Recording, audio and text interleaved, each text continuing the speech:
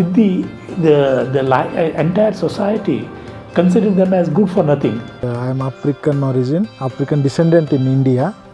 As per my understanding and definition of education, it was zero among the community.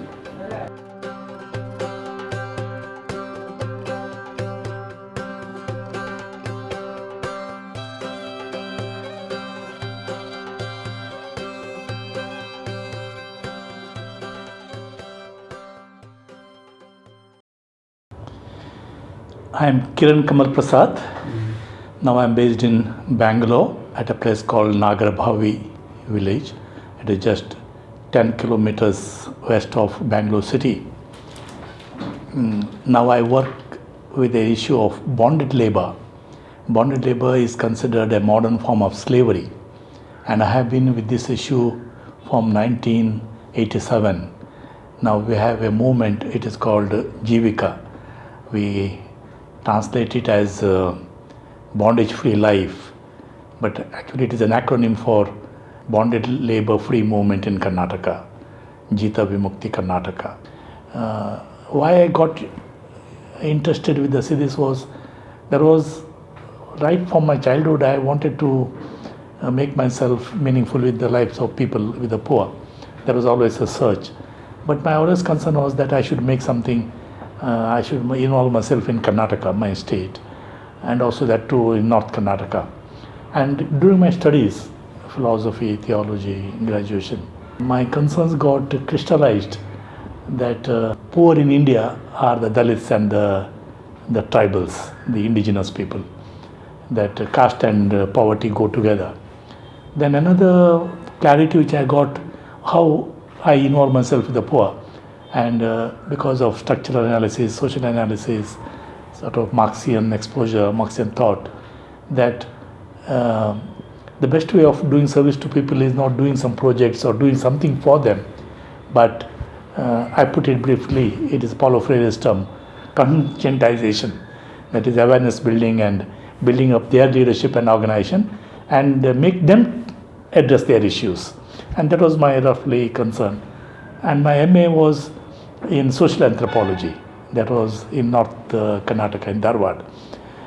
Because of both these concerns, I wanted to involve myself with the poor and that too being immersing in their life and being part of them and then join their struggles in their own liberation. That was roughly.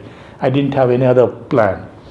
Then during my MA studies, also anthropology, then that Dharwad is just closer to where the Siddis live. Mainalli, Yellapur, Haliyal, just 30-40 kilometers within the vicinity of that university. And during the studies I had come to know about the Siddis. The Jesuits were also very involved in Mongod. Therefore immediately I was at crossroads, trying to decide something, what to do. One thought, I think it is going back to Marx, it is better to change society than study society. That set me at rest. Then I decided if at all I do academic studies, it should be part of my struggle and movement. And therefore with the Siddhis, I chose a place, it was Mainalli. There was another place, Uginkere in Mongod. There were two strong localities of Siddhis.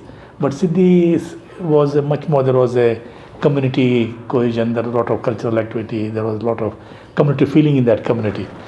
Therefore I chose there, and while being there I proposed to the team I was part of, the Jesuit team, that we should take up the Siddhi community itself totally all over Uttara Kannada district, and we make our particular identification with the Siddhis to bring them up, because somehow I felt at that time, now the reality of Siddhis has changed. People like Jairam, very many people have come out of that area.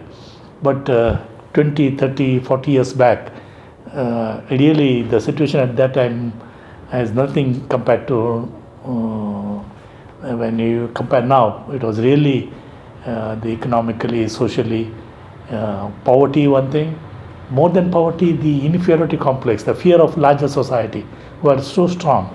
And as I was thinking of that, I said, the best way to address this poverty and the larger, that entire society should commit and not we do something in patches here and there.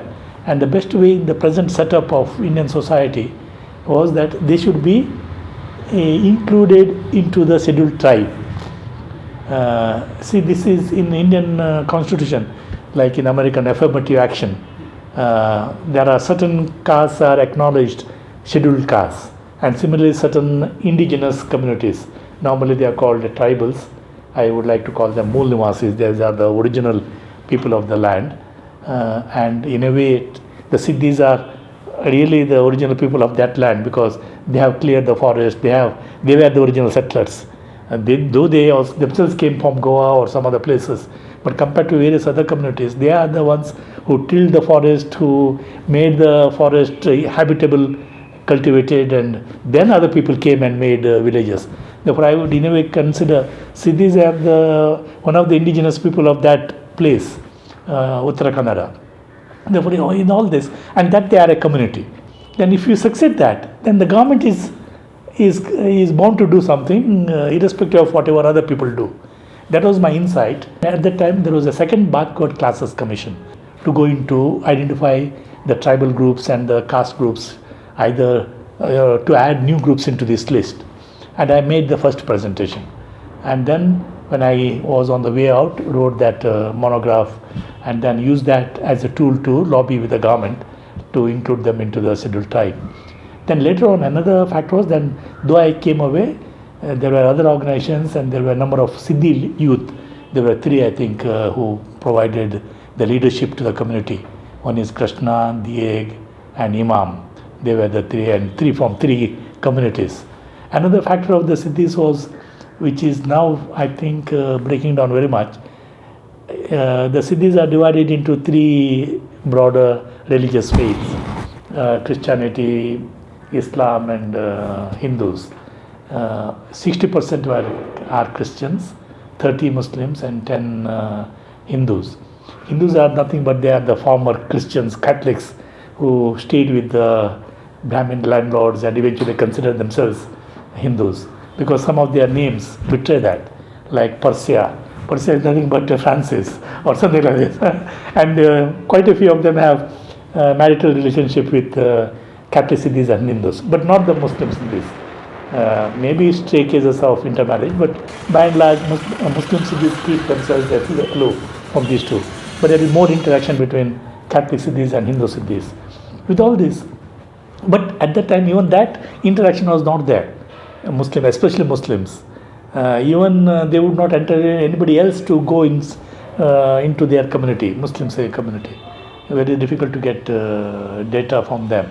Another trend that I had noticed, all the Siddhis were trying to change their Siddhi surname into something else, like the Marathi, use the village name from which they came from, Harnodekar, Francis Harnodekar, or Bilkikar, John Bilkikar. That is, take away, because Siddhi, the entire society considered them as good for nothing. To acknowledge oneself as Siddhi was to consider as good for nothing, and therefore it was a very derogatory term in the larger society there, Siddhi. Immediately when you call Siddhi, as if, I think the image is going now, but at that time it was very strong. Siddhis were treated contemptuously. The very name invited opprobrium, contempt. Therefore, among the Siddhis themselves, those who were coming up didn't want to show themselves as Siddhis. Therefore, in that first meeting of Siddhis, I brought out with my at that time research, I brought out the origin of Siddhi. The root of Siddhi is Sayyid, which is Sahib or respectable person. Therefore, I said, Siddhi, we have nothing to feel ashamed of. It is a respectable term, and you should be proud of, and that all of you should come together as Siddhis. And I think that is also has happened now. All are coming together as one community, which was not there when I was there in the 30s. Another thing also which I had noticed, all of them, I asked all the elderly, from where are you?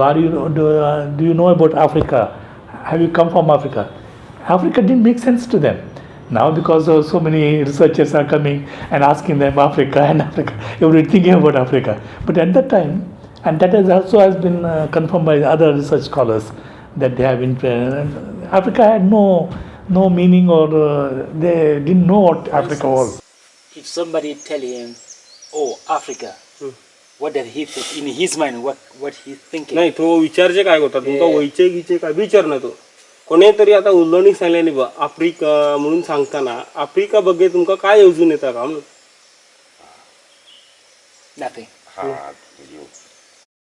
And therefore, that total lack of memory, I think that for that why, and I have given in my monograph one explanation that the Siddis were brought as slaves to Portuguese, majority of them. They were also brought as slaves in Hyderabad, but they are into as soldiers and in the keepers of harem. Then some of them could have come as traders, but I think majority would have been slaves. Otherwise, you can't explain the pathetic situation of Siddis in present Karnataka and most of Gujarat also, except for Hyderabad, because they came from and it is called the community in Hyderabad is called the locality called African Cavalry, AC Guard. Therefore, they have a different background, and therefore most of these Siddis who came through Goa through the Portuguese slavery, they were not kept in bigger numbers. I think they were either slaves in households, 1, 2 here and there, and that way the Siddis did not remain as a community. They were dispersed as individuals here and there. I don't know how the marriage life was allowed and all that, but to a great extent that common gathering of Siddis, whether it was true in America or therefore no trace of language. In Karnataka, not even a single word I think I have come across, or even at present you can decipher a root going back to any of the African language or Swahili. Whereas Gujarat people, they say they have some memories, but we don't know anthropologically, because Gujarat Siddhis have more contact with the eastern coast. From early 20th century, they have been traveling to and fro from Eastern Africa to Gujarat, and there is a lot of trade and communication happening. And that way, I think they would have borrowed, and then they think, oh yes, these are our terms. But I think, therefore, if we go by the experience of Karnataka Siddhis, one is there is not even a single term of any of African language in there. My presence was to train the Siddis how to fish and where to fish. And after fishing, what do you do with the fish? Do you give it to the dog or you eat it?